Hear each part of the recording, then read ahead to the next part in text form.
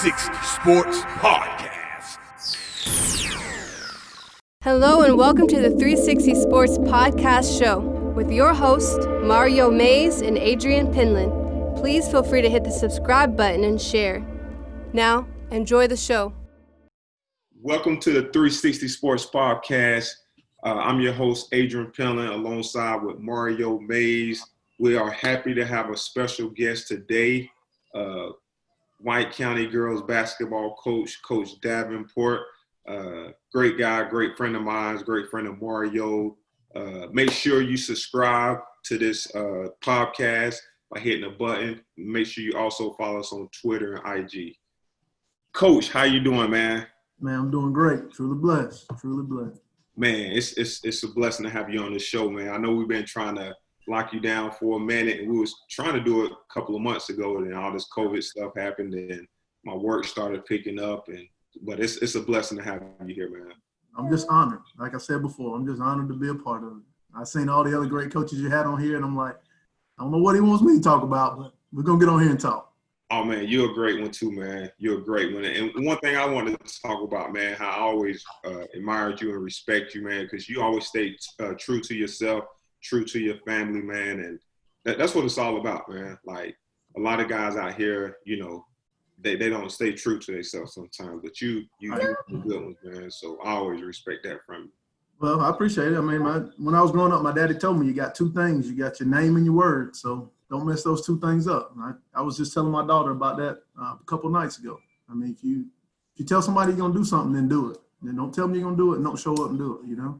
You're right.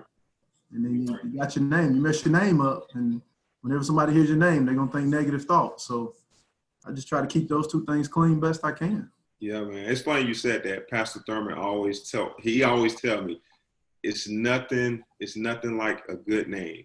Your name means everything. So if you have a good name, you're going to go pretty far in life, and you're going to do some successful things. So that's it. So you're right. But, Coach, man, let's just go ahead and jump into it, man. Like I said, love you. Love the things that you do. Glad you're on this show. Let's talk about your basketball career, man. How did you get involved in coaching? What made you want to be a girls basketball coach? Because you was on the boys' side for a long period of time. Yeah. You transferred over to the girls' side. What made you get into girls basketball? Well, a lot of people don't know. I actually started with the girls. When I was in college in North Georgia, my junior and senior year, I went back to East Hall, and Coach Pritchett let me help him with the 8th grade girls, 7th and 8th grade girls.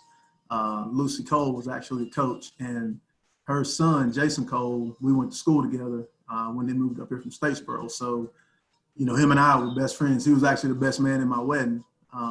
So she was like, you can coach with me anytime you want to. And then that's kind of how my coaching career really got started. I was there, and then Coach Bradshaw, you know, he was the football coach, and I played for him. And he asked me if I wouldn't mind helping coach football too. So what I really tried to do was just get my foot in the door while I was in college and just coach everything I could. And if they needed somebody, they'd be like, well, hey, Jarvis did this and Jarvis did that. And, you know, kind of like we talked about, you keep your name good and do a good job. And they're like, well, let's give them a chance. So that's kind of what happened. So Coach, you graduated from East Hall, correct? What year? 94. 94. So that was who did you graduate with? Chesley was a freshman. Me, it was Jeremy Lott was a senior. Jason Cole was a senior. Stephen Faulkner was a senior. Chuck Teasley was a senior. I'm trying to think who else we had. Stephen Faulkner was a senior. Let's see, me, Stephen, Chuck, Jason, Jeremy. Trayvon Watson was a senior. And then Chesley was a freshman. We had Bart Sloan. We had Jody Freeman. I don't know if he finished out with us or not. I think Casey and all those people were, I want to say they were freshmen too. I want to say Casey Brown and Dan Riley, and I want to say they were all freshmen. Jamil was in the 8th grade. He was our manager. Him and Twan, they were in 8th grade. Twan wasn't our manager, but Jamil was our manager. And Buford, of course. That's when Buford showed up at East Hall back in 93 or 94. I tell people that all the time. I came out of a game one day, I don't know where we were. And I sat down, and somebody tapped me on my shoulder and tried to give me a water. So I looked, and I was like, I don't know who this guy is, but he's giving me water. I didn't know if I should drink it. I didn't know if he was from the other team. Like Jordan with the flu game. They're trying to take me out. But no, it ended up being Buford, and then he ended up coming like to every game, and then he just became our manager. So mainstay in the community over there, good guy. So that's just how it all got started. Yeah. So you was coached by Coach Ronnie, right? I was. Coach Cassell actually retired, and that's when so long ago the 8th grade was at the high school. Mm-hmm. So I actually went to the middle school for 1 year. The year the middle school opened up, we left 6th grade and went to 7th grade. And then the next year, the 8th grade was at the high school still. And then the year after that, they put the 8th grade back down at the middle school. So I was 1 year. I left White Sulphur, 6th grade, went to the middle school, 7th grade, and went to the high school, 8th grade. Coach Cassell retired right when they went to the Final Four, and they got beat by someone down there. I don't know who they got beat by.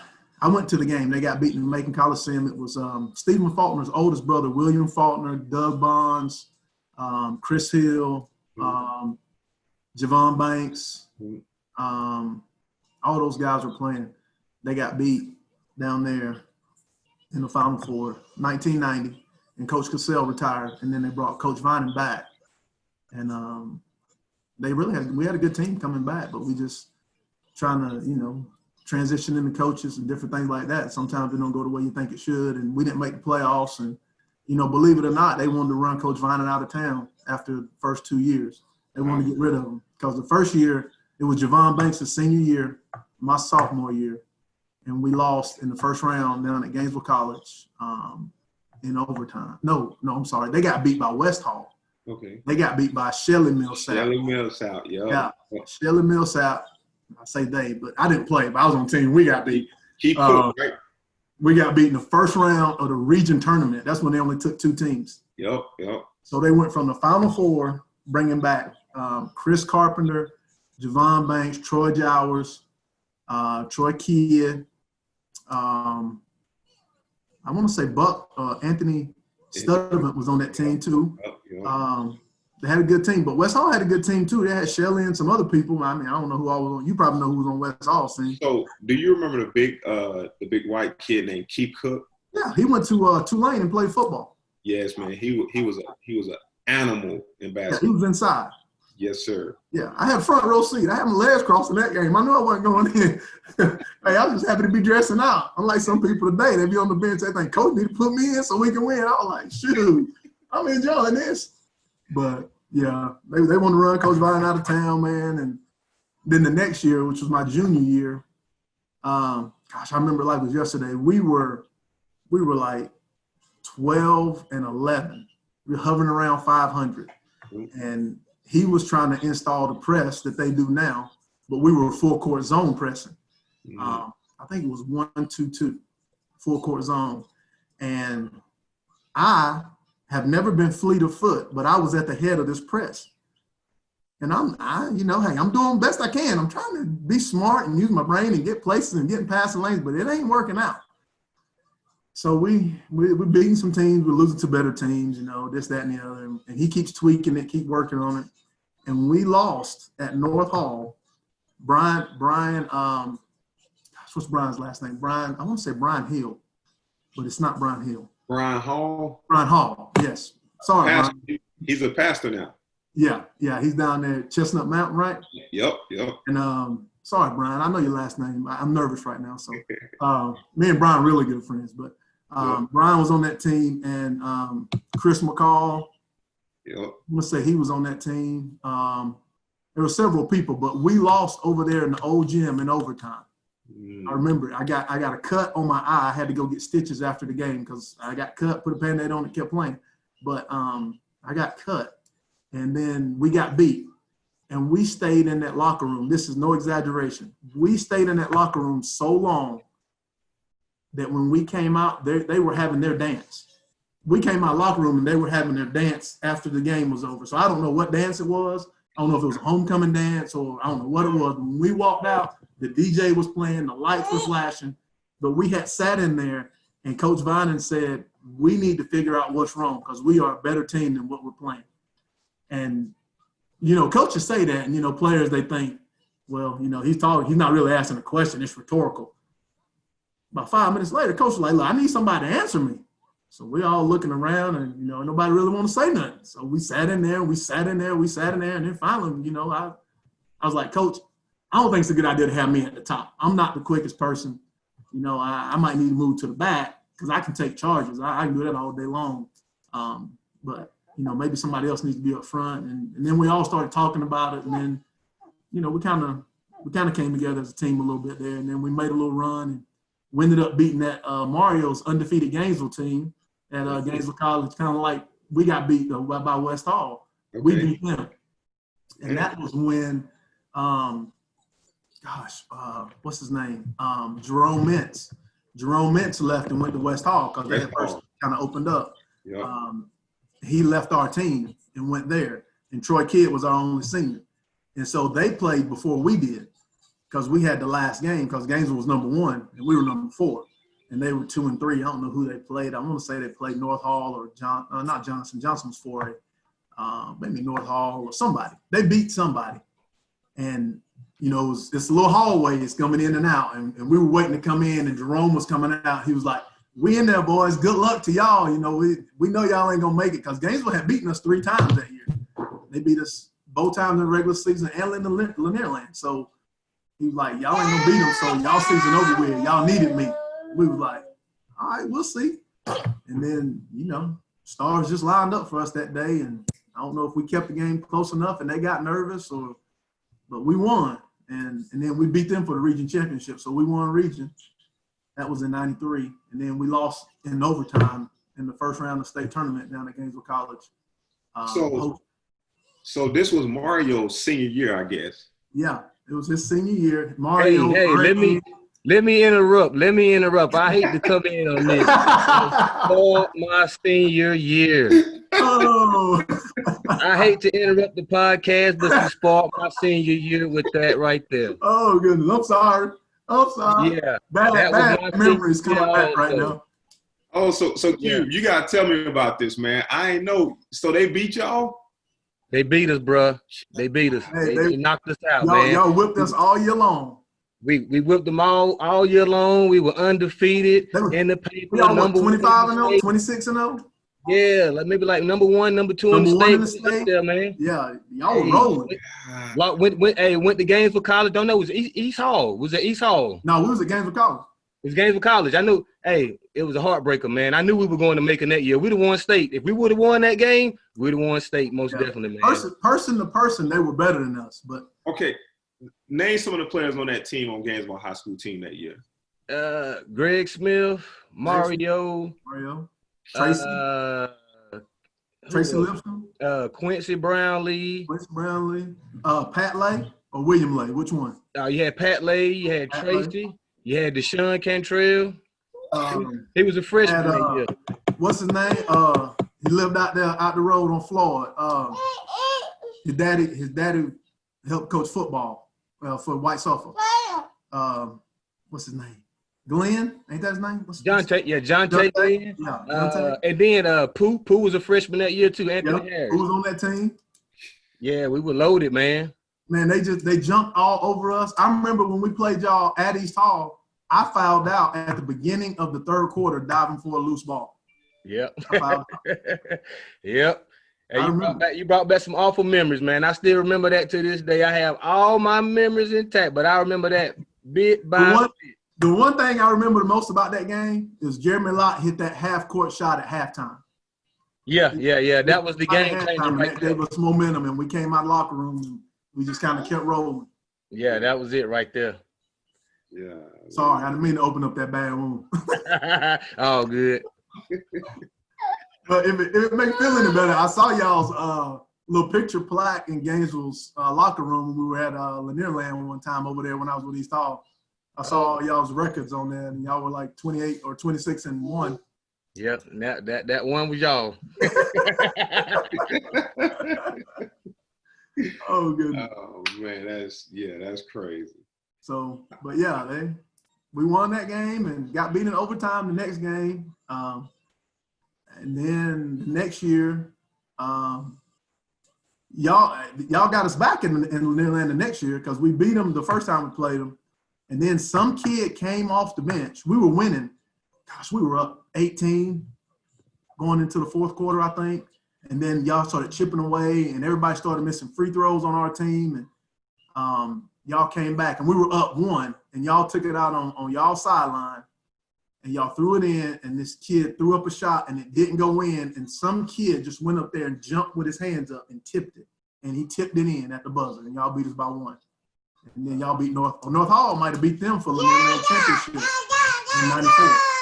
So, yeah, that's what I remember about that. But then we all our seniors got together and we said that's the last game we're gonna lose. And then we won like 17 or 18 in a row and went to the quarterfinals. They got beat by a state champion. So that was Chedler's freshman year. Yeah. That was our senior year. So, All right. but yeah, that was some good times, man. Well, Coach, let's jump into this because I know the next question I was going to have for you. Okay. Like, Coach Vining was one of our first interviews, our podcast interviews. And I mean, he's a legend. Everybody know, what he did for basketball around Hall County. What did you learn from him, man? Like, for you to be a coach now, to play up under a guy like that, did you take anything away from him, or just what did you learn from him? Well, like most really good coaches and good people, I could not stand him when I played for him because I didn't understand what he was wanting from us as players.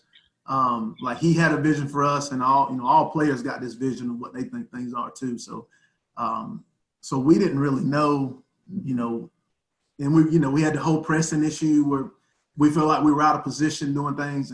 But anyway, I couldn't stand him when I played for him. Like he was not a coach to where anybody on our team would see him in the hallway and go speak to him. Wow. Like my kids now, they'll come talk to me. They'll see me in the hallway. They'll yell across the lunchroom, anything. And, I'll laugh with them, cut up, whatever. But if you saw him, you went the other way. Or you put your head down, act like you was doing something, try to walk fast. Because his remedy for everything was running. Like, Coach, my back is kind of sore. I took a charge yesterday and the kid fell on me. Your back sore? Okay, let's go ahead and get on the line. Okay, let's go get on the line then. He doesn't remember this, but those old scoreboards, the Coca-Cola scoreboards that had the 999, he used to put 60 minutes on that clock, and we would do defensive slides and sprints for the first hour of practice. We would not touch a ball. He doesn't remember it, but I remember it vividly because, like I said before, I'm not fast, so I didn't like running. But we ran and we ran and we ran and we ran and we ran. It was kids today, they would quit. They'd be like, I'm not playing. If you got to do all that, I just want to shoot some threes. Oh, I ain't got time for all that. So, but we did what we had to do, but yeah, he was really influential, and kind of like I said before, he does it his way. He's fair. He's hard, but he's fair. Yep. If you put the work in and you put the time in, he'll give you an opportunity to play in the game. Or, even to the point to where my senior year, all of us played football. It was like 7 of us that played football. So he was missing half of his team, and we played Buford the first game. It's not the Buford of today, but it was Buford. We lost Friday night in the state quarterfinal football game. He said, y'all can dress out, but I'm not going to play you. He said, you can dress out because you're a part of the team. You played last year. I know you're going to play this year. You just got done with football. You can dress out, but I'm not going to play you. And he didn't. He did not play us. He played those people who had came to practice and had put the time in and tried to be the player he wanted them to be and all that good stuff. He played them. And he looked down the bench at us about 20 times. He looked down there, just rubbed his head and just, come on, let's do this. So I'm like, hey, man, he told us. And we didn't argue. We didn't complain. We just like, we'll be at practice on Monday. We went to practice Monday and we started playing from there. So, he sticks to his guns. He benched Mark Causey and Antoine the only time that Murray State came to watch Antoine play. I remember that game like it was yesterday, man. Yeah. So, I mean, he says it. He means it. You know, he's not – there's no ifs, ands, or buts about it. If you don't like it, you ain't got to be there. Whoever's there, he'll play with.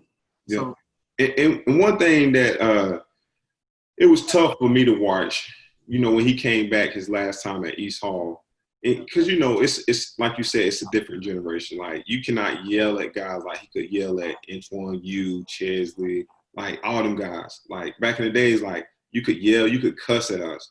yeah. And, like, we're going to get mad, but we're going to go out there and perform. Yeah, we're going to play harder and do what you asked us to do. Yep. So when he came back for his last stint at East Hall, man, and I knew it was going to end bad because it's a different set of kids. You don't have – it's not like the old East Hall. You ain't got Brody now out there. You don't got Javon. You don't got Chesley, Antoine, Marks, whoever. And none of those guys walk through the door.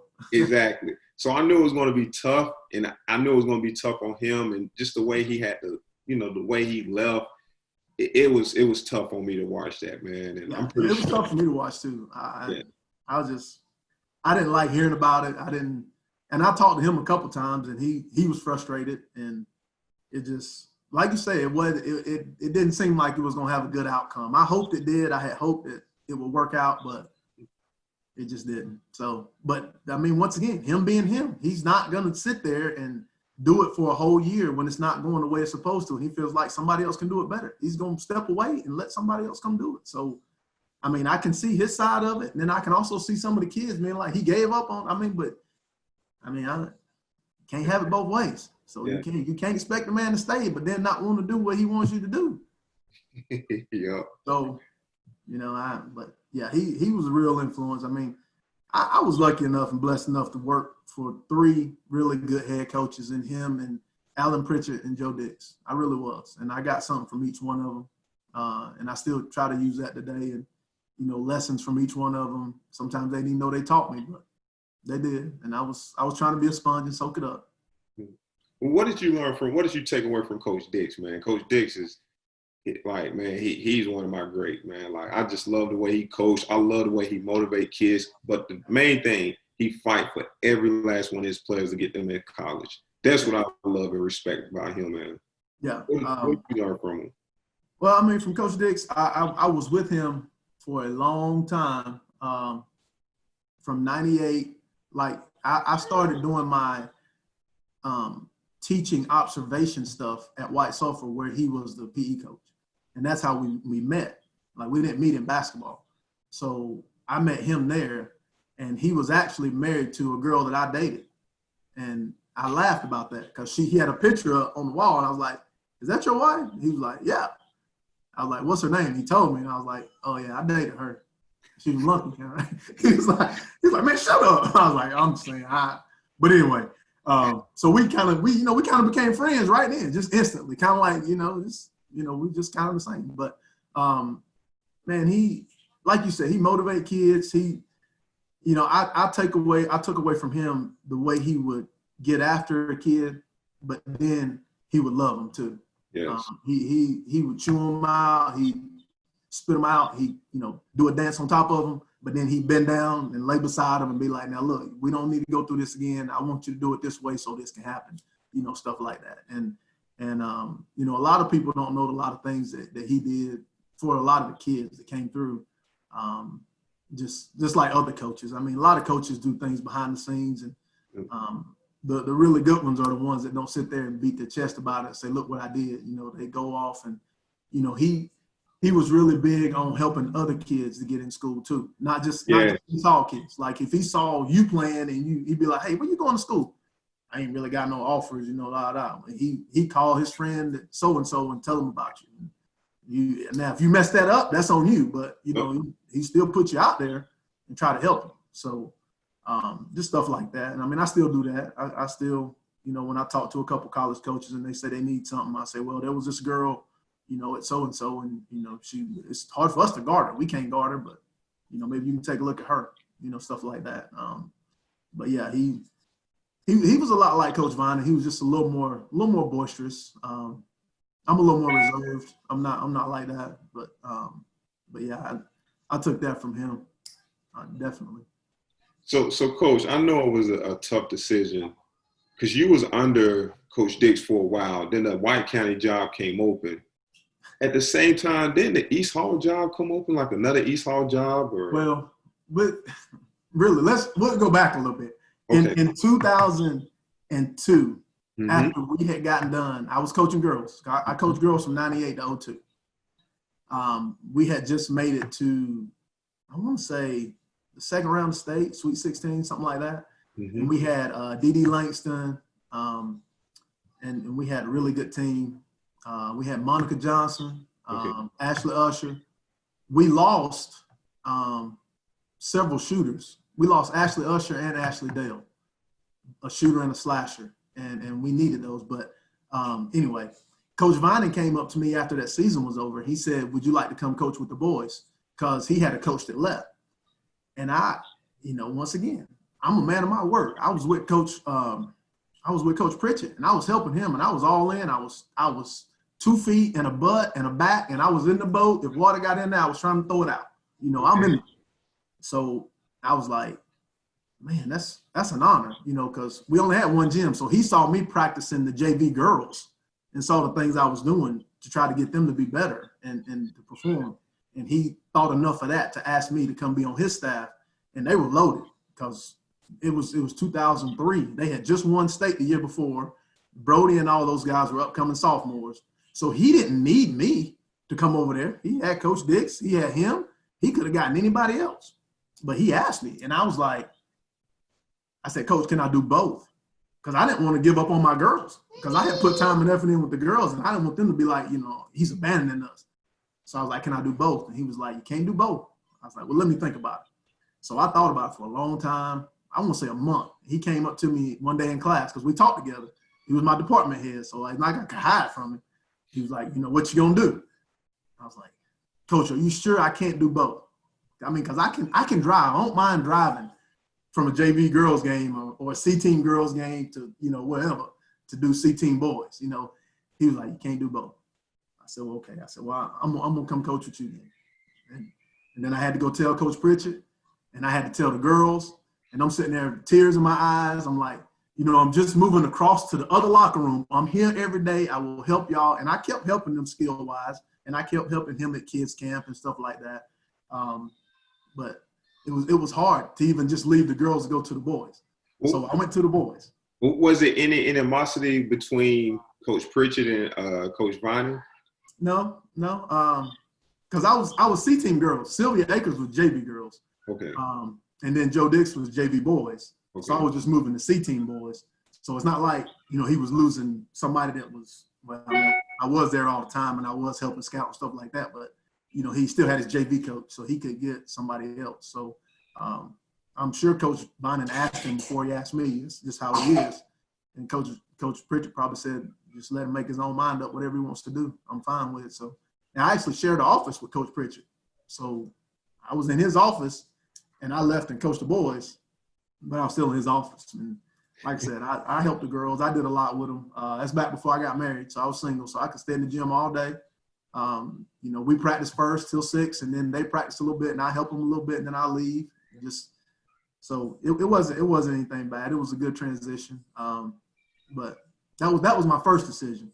So this was 2003. So then, me and Coach Dix, we're already friends, but now we're really tight because, he's single, I'm single, and all we're doing is scouting, watching basketball. This was before the time of huddle and all this stuff. So we used to have to drive to get tape. So we, when you get state tournament time, you got to drive and get tape for the team you're going to play. So I would drive and he would ride, and we would go. We have been all over this state, all the way to Montezuma, Georgia, down there way in South Georgia, all the way up into Augusta down there and up in Dalton. And we've driven everywhere to get 3 tapes and tape 3 tapes. And, we come back and, he'd get a tape, I get a tape, Coach Vining would get a tape. We'd all watch it. And then we switch tapes. And then, we watch that and then we switch tapes again. So we watch all 3 games and then we put our little notes together. And that's something else I got from Coach Vining. It's like I let my assistants do stuff and I listen to them. That don't mean I'm going to do it, but I listen to them and we talk about it. And I say, look, this is a good idea. It's not a good idea. This is why I think that'll work and this won't work. But they have a voice. I listen to them. We were in 2005, it was 2003. We were playing under the dome. We were playing in the semifinal round against Cavs. I want to say it was semifinal. No, it was the Elite Eight. And we were shooting free throws. And every time we shot on one side of the gym, we would miss. We shot like 85% on one side and like 57% on the other side. And I think I asked Brody. It might have been Brody. It might have even been Jamie. I don't know. It was one of them. I was like, why can't y'all make free throws over there? He said, Coach, look up there. And I looked at the basket and I said, what's wrong with it? He said, the light from the dome is shining straight into there. You can't see the rim. And I got to looking. I was like, dang, he's right. So next night when we had shoot around, we shot around at the University of Georgia. I told Coach Vine, I was like, hey, Coach Vine, you think maybe we could shoot our free throws on these side goals with the lights flashing into the rim so they can get used to shooting on that other side? We shot 57% at. Like, good idea. Let's do that. And he walked off. But that's him, though. He don't get excited. That's good. Tell everybody. He walk off. So, stuff like that. And I still do that today. But I digress from the point. So me and Coach Dix are working together now, big time. And then Coach Vine retires in 2004, going into the 2005 season. So Coach Dix gets the job, and he lets me be a JV coach. And I just work with him. And nobody – it's the craziest thing. Nobody, no principal, no AD, no one ever asked me if I would want to come coach at their school. Nobody. The whole from 2004, 2005 season until 2015, nobody ever said, would you even consider leaving or, anything? Yeah, we were successful. We had some really good teams. We were blessed to have some players that wanted to play basketball together and play the right way. But there was one year where we didn't even make the state tournament. We were below 500. Nobody ever said a word to me. And I was in class one day. I was department head for probably 7-8 years. And I was in a routine at East Hall. I knew everything they wanted before they asked for it. And I didn't feel challenged, I guess. Yeah. And not that anybody had done anything bad, not that anything was going bad. Everything was fine. Everybody was good. But I just needed something else to kind of jumpstart my battery, so to speak. I had been over there since 1998, so that's 17 years. And I'd coached basketball, boys and girls. I coached football, 8th grade football, JV football head coach, varsity football. I coached golf. I coached baseball. I don't know. I did, like I said before, I did everything I could so that if they had to hire somebody, they was gonna have to hire 2 or 3 people because I did so much. Yep. So I was just like, I wonder if any jobs are available. So I just got online. I was like, oh, there's a White County job. I lived in White County when I first started working at East Hall and I got a job. Everybody want to move out of their parents' house. Everybody want to get their own spot. Yeah. So I moved into White County, right across the line. It was right over the line in North Hall, in Shadow Mountain subdivision. And I used to drive from White County to East Hall every day for like 3 years. And then I sold that house. But I had friends from White County because I was living up there. So I met people, this, that, and the other. And the job came open. So I researched it a little bit and I was like, do they have any talent? Do they want to play hard? What's going on up there? Because I had been out of girls basketball for like 12, 13 years, maybe longer. So my friends were like, they got a freshman group that's coming in. It's going to be pretty good. They got their 8th grade team is pretty good. If somebody can teach them, the right way to do things and stick with them, then they'll have something that's going to be pretty good. And I was like, okay. So I went to watch them. I went to watch them play AAU. I went over to, I want to say I went over to somewhere. I don't know. I went to some school. I watched them play, and I was like, yeah, these girls could be good. I mean, they got potential. And this was a younger group. I didn't know much about the older group. Mm-hmm. And so I called some people that coached, and then they were telling me, they said, those girls can be good if you stick with them and teach them the right way to do things and stay on them and coach them, then they can perform. And I'm like, okay. I said, well, I said, let me just interview. Let me just, put my application out there. Well, I put my application out there. They called me, gave me an interview. I was like, okay, cool. This was my first official interview, AP. I had never had an interview. Never. When I worked at East Hall, I did all that coaching when I was a junior and senior in college. And I did my student teaching at South Hall. And the cheerleading coach for Johnson, Mrs. Ellis, her husband was a superintendent. So she told him about me. And he told me to come to the board office after I got out of school one day. So I'm in there in shorts and a t-shirt. He's like, I just want to talk to you. I'm like, okay. So we sat down, we talked football, we talked basketball, we talked whatever for about an hour. He was like, well, it was great to meet you officially. I'd seen you, but I didn't really know who you were, blah, blah, blah. And I was like, it's great to meet you too, Mr. Ellis. Thank you for seeing me. I ain't fill out nothing, no application papers. No, I'm hoping I don't get nobody in trouble for this. But anyway, I graduated and then I didn't have a job. And it's the craziest thing. Q might laugh. I filled out an application for Gainesville. And Virgil called me. Virgil Amy. He said, you gonna come work at Gainesville? I said, man, East Hall ain't giving me a job. I'm coaching football, I'm coaching basketball, I'm doing all this stuff. And they telling me they ain't got no job. So I need to get paid. I need some money. I'm coming out of college. I don't want to just, not work.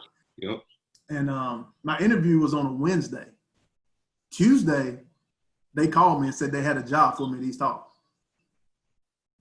I was like, okay, well, that's what I wanted. So I called Virgil. Once again, you say you're going to do something, you need to do it, but I got a job. So I called him and I was like, look, I said, I appreciate you offering me a job or an opportunity to have a job, but they told me they got a PE spot for me over here and, whatever. He's like, well, you can still come talk to me. And I was like, I said, this is where I want to be at because this is where I graduated from. I just want to stay here, I think. And, I just felt like that's where I was supposed to be at. Yeah. So that's what I did. And then I was actually working after school daycare at White Sulphur. And one of the teachers there said, so you didn't go to that interview yesterday, did you? And I said, ma'am? I said, excuse me? She said, yeah, you had an interview at Gainesville. I said, but you didn't go. She said, but you didn't go, right? And I was like, no, ma'am, I took the job at East Hall. And she said, that's good. I'm glad they found one. And she walked off. I was like, how did she even know? Because I didn't even tell anybody. I didn't tell anybody I had an interview at Gainesville. I didn't tell a soul. I don't know if Virgil told somebody. I don't know. But that's how word travels. So, but I ended up with a job. And I stayed there forever. And then I interviewed at White County. And they were like, we want you. I was like, man, at that point, I was like, I really didn't know if they was going to ask me to come coach the team. I was just interviewing because I wanted, but I was like, well, I said, let's get it then. Let's go. I said, I'm your guy. If you want me, I said, I'm your guy. Let's go. But their one main question was, are you going to go back to East Hall when Coach Dix leaves? That was their main question. I knew that was going to come up. Yeah. And I told them the truth too. I said, look, when I leave, I said, I'm all yours. I said, now, I'm not promising you I won't ever go back. I said, but I'm not going back anytime soon. I'm gonna see at least one group from 9th grade to senior year. I'm gonna go through at least one group, and then from there we can, reevaluate things and see. Because I said, I was just being honest. I said, because y'all might not want me. Y'all might not want me at that point. Y'all might want me to leave. So I was like, y'all got me if y'all want me. And they were like, well, we want you. And I was like, well, you got me. So here we are. So I went up there, but I think Coach Dix left 2 years. He stayed 2 more years, maybe one. I know he stayed one more because we had won region 2 years in a row, and then he won a 3rd year too after I left. So I know he stayed one. I think he stayed 2. But yeah, it came open. But Mr. Cooper didn't call me because he said that I told him I was gonna stay for at least 4 years, so he didn't call me. So, but yeah, that's. It is what it is. And that's everything. He has a plan and everything works out in his time the way it's supposed to. And I believe that because, I was praying about that decision. I was like, because at that time I was married. I had been married for 4 years. because it was 2015, 16, so it was 4 years. I had been married 4 or 5 years, and I had talked to my wife about it. I asked her, and she was like, if it's going to make you happy, then that's what you can do. And I was like, well, I said, I'll drive every day. I'll drive that 30 minutes. You know, I'm not going to make us move up there, because she's working at East Hall Middle School. Yeah. So my drive to work was 8 minutes. Her drive to work was 12 minutes. So I wasn't going to make her drive 30 minutes because I wanted to work somewhere else. And, you know, we had a daughter who was going to elementary school at that time. So, you know, I wasn't going to be here a lot to help her in the morning times with that. But she was very supportive. She was a great coach's wife. She was a cheerleading coach at one point. So she knows what all goes into it, and she enjoys watching me, you know, try to pour into the youth, and, you know, how happy I get when they're successful and I can see them doing something that they thought they couldn't do. You know, she finds joy in that as well, like I do. So, I mean, she was supportive, and she was like, if this is what you want to do, then do it. And I was like, man, I was praying about it. I was like, God, please tell me something. Just give me a sign, you know. And I had 2 people who knew nothing about what I was doing mention White County. I took my daughter to the dentist for the first time, and one of the hygienists in there had a daughter that played basketball, and she didn't even know I coached basketball. And she was like, we're looking for a basketball coach up at White County. It's going to be a group of girls coming through there. They're going to be good. They're going to do this. And I was just looking at her like, really? You telling me about it? And I was like, is this you talking to me? I was like, what's going on right now? And I was like, well, I said, okay. And then there was another situation similar to that one where it happened. I was like, okay. I said, all right, I'm listening. I am listening. I'm going. So I went, and it's been great. It's been better than I ever expected it to be. You know, I always try to work hard and do my very best at whatever I do. And I try to, you know, just pour into everything that I am into it. And I don't do half jobs. I don't try to put Band-Aids on things. I try to fix them. I try to make them right. And if I can't, then I try to get somebody to help me to make it right. And that's the only way I know how to be, because that's all I've ever seen from my dad and mom to the people I've worked with. You know, so that's just what I did. And one thing, I felt like you made a great decision by going to White County. I've been seeing you up there for years. I worked with your teams in the preseason, and this year's team that you got coming back, hopefully we can have a basketball season. But you got a great group of seniors coming back, man, and it sort of reminded me of a group at Flowery Branch. I used to work with them. They was in the 9th grade, and you know, they sophomore year they was getting there. Their junior year they was really there. Their senior year they was there. They didn't win state, but you know, 4 years of high school basketball, they had great seasons. And I feel like this senior year, if we can actually pull it off, I think you're gonna have a great chance of winning a bunch of ball games. Well, I mean, I hope so. We this is the actual group of girls that I went to watch that summer. So we've lost 1 or 2 of them who decided, you know, once you get in high school, things are totally different. And, you know, people sometimes that love basketball in middle school, they don't love basketball in high school. And that's fine. You know, since I got there, there's probably been about, I want to say 20 or 30 girls in my 4 years that decided they didn't want to play no more. And that's cool. I see them in the hallway, and I still speak to them, and I joke with them, and I laugh and cut up with them, because outside the basketball lines, I love everybody, all God's children. I love them. Okay. But in between those lines, I need the ones that's going to score and keep you from scoring and do what I ask you to do, when I ask you to do it, how I ask you to do it, to the best of your ability. And I'm not going to ask you to do something you can't do. So that's fine. I can coexist with you outside the lines. It's cool. So, but yeah, Daisha's the one that gets, you know, most of the publicity from this group. Rightfully so. She's a really talented player. She can do things that, you know, girls just aren't supposed to be able to do. I mean, when we inbound the ball and people zone trap us, zone press us full court, and they run to that so-called dead corner, and she turns and she shoots a laser that doesn't get about 6 feet off the ground, a diagonal pass all the way to the timeline on the other side, where the person that's in the back of the trap or press has no way of rotating to it, and we go shoot a wide open layup, and that girl's shaking her head, and the coach is shaking their head, and they're trying to understand what happened. That's just Daisha being Daisha. She's a turn, and she's always got her head up. She has a great feel for the game. So, she can do things that people aren't supposed to be able to do. And then, Maddie is somebody that works so hard. She reminds me of Frank, the way she works, Frank Davis, because he tore up a gun at East Hall. He shot on it so much. And the Causey brothers. I mean, those are three of the people that were just – the Causey brothers would be in there.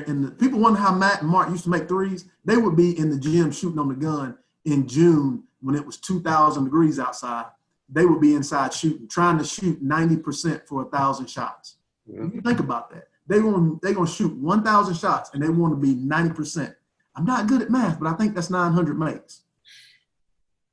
So if you can shoot 80%, well, yeah, you can make it when you're in the game. It don't matter because you shot this shot 7 million times. Yeah. And Maddie's the same way. Maddie works like that, and she comes to the gym. She texts me. She's like, Coach, can I come? She's been there during pre-planning right now. She comes and she works out, and I put the gun up for her, and I get cones out, and she's in there working on her ball handling, working on her shooting, working on her post moves. And then we get in the game, and she's perfect from the free throw line, and she's like 8 for 9 from the field. And people are like, she's doing really well. I said, yeah, because everything that you saw her do, she's done 7 million times when nobody was watching. So it's just second nature. But those two really headline this crew. Then we got Madison Adams, who's a great shooter. She's a great thinker of the game. She's a point guard she's a shooter trapped in a point guard's body. That's what she is. Yeah.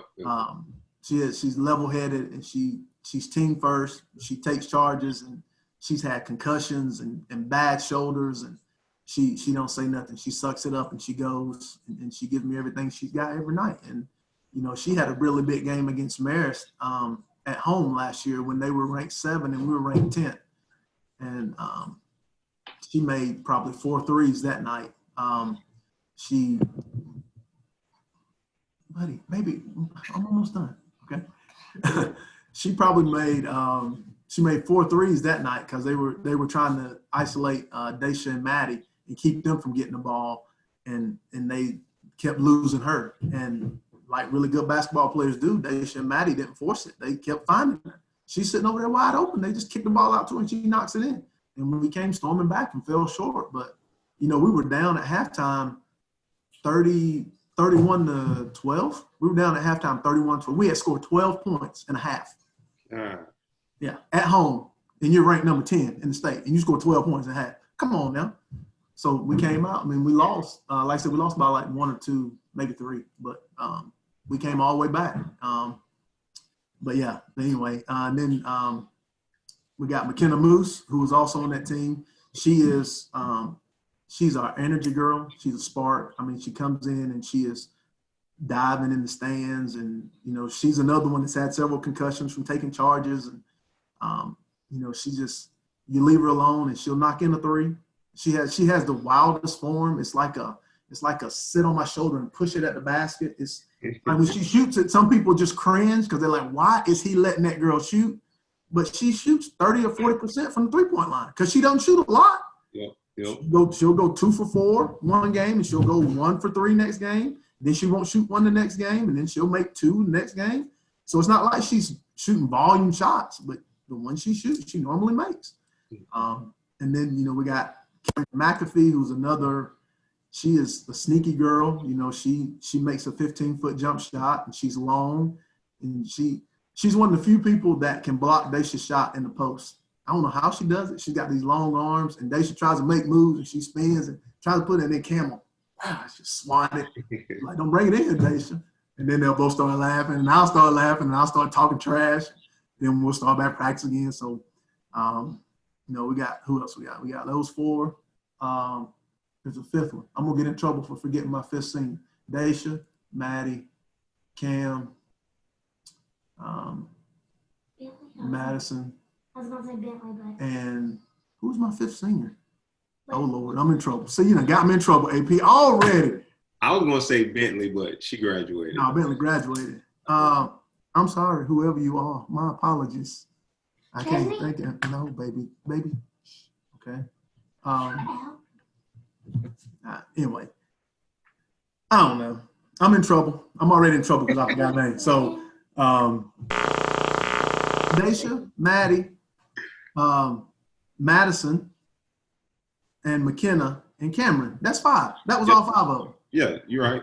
Yeah, I said all 5. Hey, I do want to ask you a couple more questions before we get off, because I know time is valuable, and I know your kid is around and your wife probably around. So it's all good. I know y'all didn't have, a big summer of basketball. Maybe y'all had a little, week here, a couple of days here. And I know this season, like I said, hopefully it'll be a season. What's some of the goals that you set with your team this summer that y'all would like to fulfill? Well, it's always the same. I mean, it doesn't change regardless of COVID or whatever. I always tell them when that last game ends, don't let this be the last time you touch a ball until we have tryouts. Pick a skill, just one. Just pick one skill that you can't do and master that skill before the season starts. Whatever it is. If you can't dribble with your left hand more than 2 dribbles, stand on the line, on the baseline, pick up a ball, and as fast as you can, go to the other one. You kick it in the stands, you kick and knock a light down, pick it up, turn around, and go the other way. Just keep doing it until you don't kick it. So, and I told them that, and I had to do my banquet virtually because we were out of school, so we couldn't have a banquet. And even on that, I reminded them, I said, just because we are not in school doesn't mean you can't get a ball and go in your driveway and put some chairs out there. You ain't got to have no chairs. You can have some imaginary cones and just go to the corner of the driveway and cross over and go the other way. Yep. Change speed, change direction. Just master something. Just don't sit on the sofa and eat Doritos and nachos and tortilla chips. Just do something. So some of them took that advice and some of them didn't. So they worked on it, and of course we had Zoom calls. And, the Zoom calls were good that we could see them working, but it's not the same. It's not hands-on. It's not. I can't really see your effort. I see it, but I can't see it. I can't feel it. And a lot of what I am is a feel, because I'm a people reader. I can look at people and I can tell, you don't feel good today, or you're going to have a really good day, or you're fighting something. What are you fighting? I always try to talk about something other than basketball with them. That's something else I got from Coach Dixon, Coach Bonner. It's bigger than basketball. We talk about family, and we talk about, school. We talk about goals. We talk about life. And, I try to be more than just sitting there yelling at them at practice all the time, because I don't yell a whole lot in the game unless the referees are doing something that's just totally crazy and I have to remind them that they're not doing their job right. But I really don't yell a whole lot at the girls. I do most of mine at practice, trying to get things right. So when the game comes, we should just be able to perform. So that's really what I do. And Coach, last thing, I know y'all in a new region. You said 7-3-8, Yeah. 7-3-8, and in that region is West Hall. Name the teams again, because I really want to go over this list.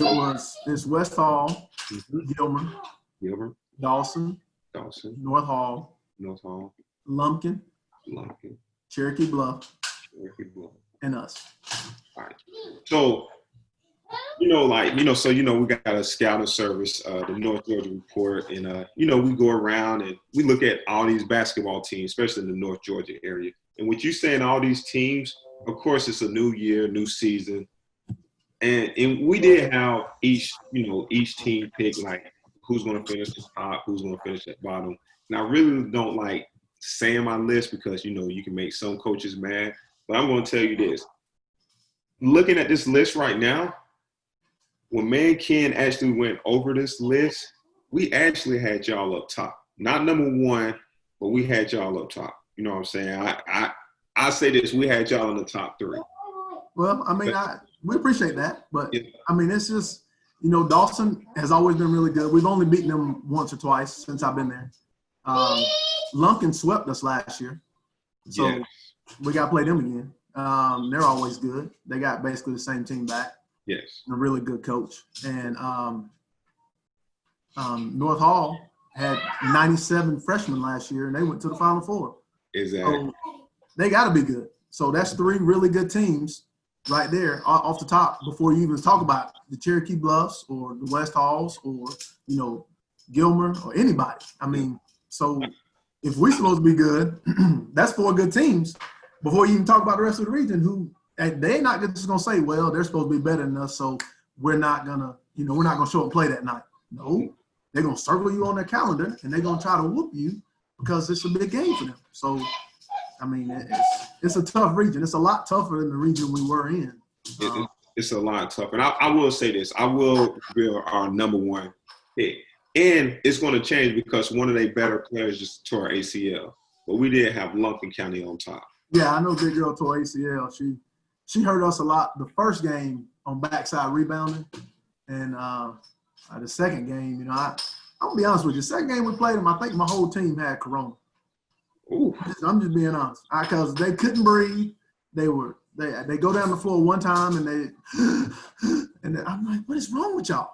And they were all sick.